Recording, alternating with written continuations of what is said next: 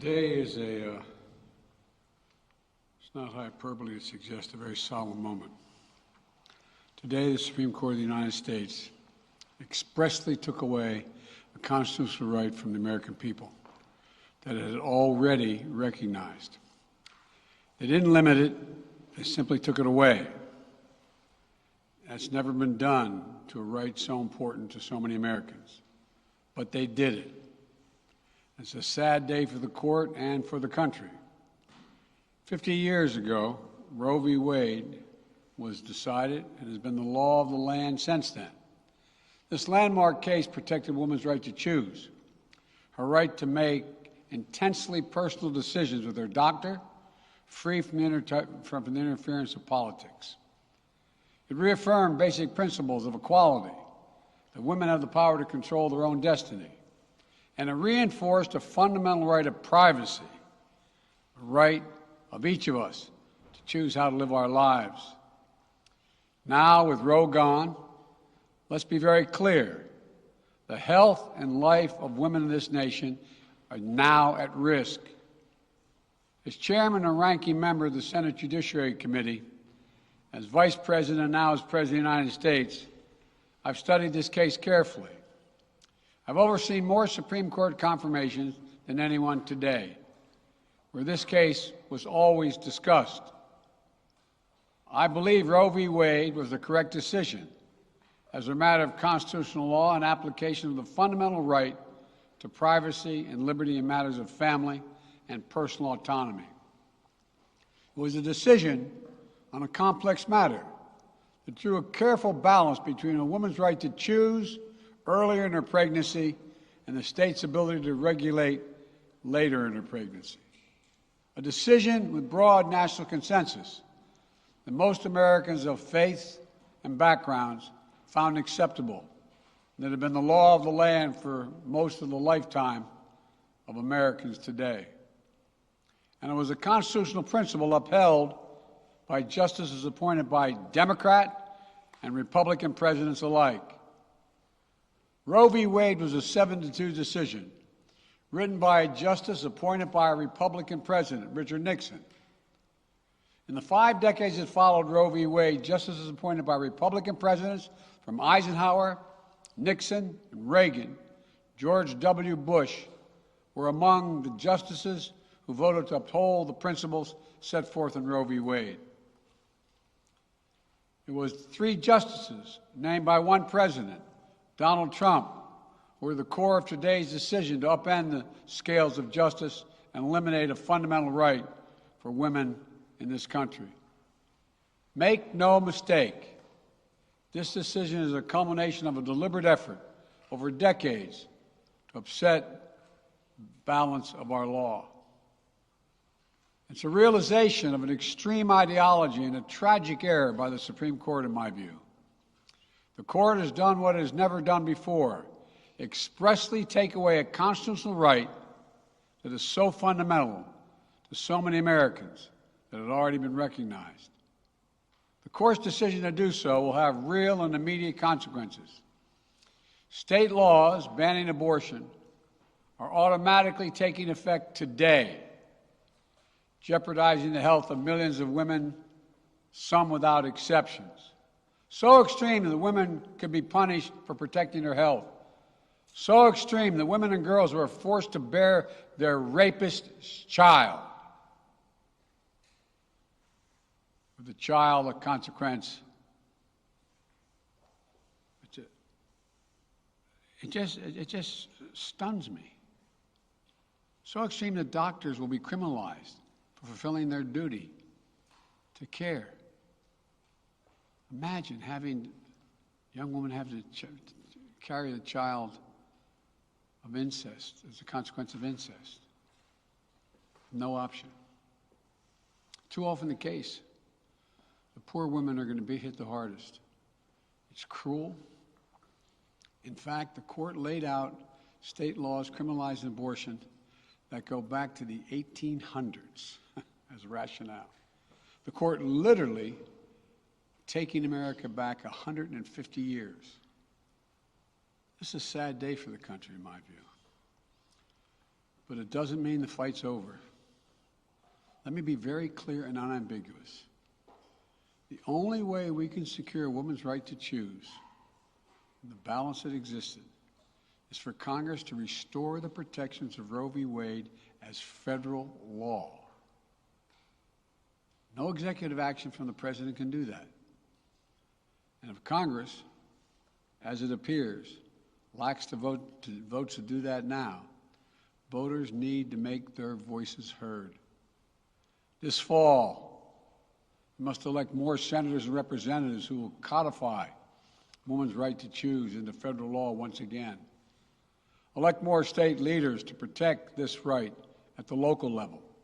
We need to restore the protections of Roe as law of the land. We need to elect officials who will do that.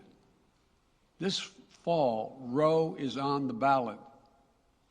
Personal freedoms are on the ballot. The right to privacy, liberty, equality, they're all on the ballot. Until then, I will do all in my power to protect a woman's right in states where they will face the consequences of today's decision. While the court's decision cast a dark shadow over a large swath of the land, many states in this country still recognize a woman's right to choose. So, if a woman lives in a state that restricts abortion, the Supreme Court's decision does not prevent her from traveling from her home state to the state that allows it.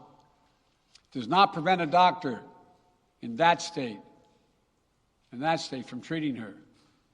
As the Attorney General has made clear, women must remain free to travel safely to another state to seek care they need. My administration will defend that bedrock right. If any state or local official, high or low, tries to interfere with a woman's exercising her basic right to travel, I will do everything in my power to fight that deeply un-American attack. My administration will also protect a woman's access to medications that are approved by the Food and Drug Administration, the FDA, like contraception, which is essential for preventative health care, mifepristone, which the FDA approved 20 years ago to safely end early pregnancies and is commonly used to treat miscarriages. Some states are saying that they'll try to ban or severely restrict access to these medications. But extremist governors and state legislators are looking to block the mail or search a person's medicine cabinet or control a woman's actions by tracking data on her apps she uses are wrong and extreme and out of touch with the majority of Americans. The American Medical Association, the American College of Obstetricians and Gynecologists, wrote to me and Vice President Harris stressing that these laws are not based on evidence and asking us to act to protect access to care. They say by limiting access to these medicines, maternal mortality will climb in America. That's what they say. Today, I'm directing the Department of Health and Human Services to take steps to ensure these critical medications are available to the fullest extent possible. And the politicians cannot interfere in the decisions that should be made between a woman and her doctor. And my administration will remain vigilant as the implications of this decision play out. I've warned about how this decision risks the broader right to privacy for everyone. That's because Roe recognized the fundamental right to privacy that has served as a basis for so many more rights that we've come to take for granted, that are ingrained in the fabric of this country. The right to make the best decisions for your health. The right to use birth control, a married couple in the privacy of their bedroom, for God's sake.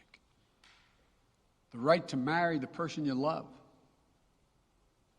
Now, Justice Thomas said as much today. He explicitly called to reconsider the right of marriage equality, the right of couples to make their choices on contraception. This is extreme and dangerous path the court is now taking us on. Let me close with 2 points. First, I call on everyone, no matter how deeply they care about this decision, to keep all protests peaceful. Peaceful, peaceful, peaceful. No intimidation. Violence is never acceptable.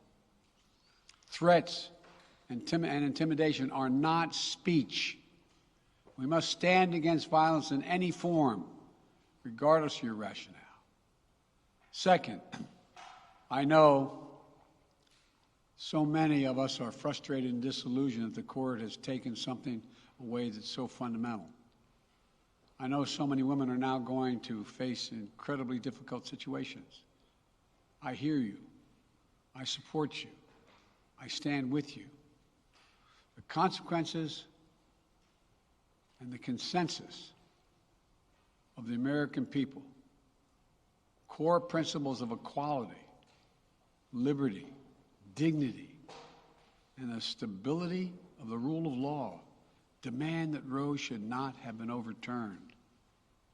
With this decision, the conservative majority of the Supreme Court shows how extreme it is, how far removed they are from the majority of this country. They've made the United States an outlier among developed nations in the world. But this decision must not be the final word. My administration will use all of its appropriate lawful powers, but Congress must act.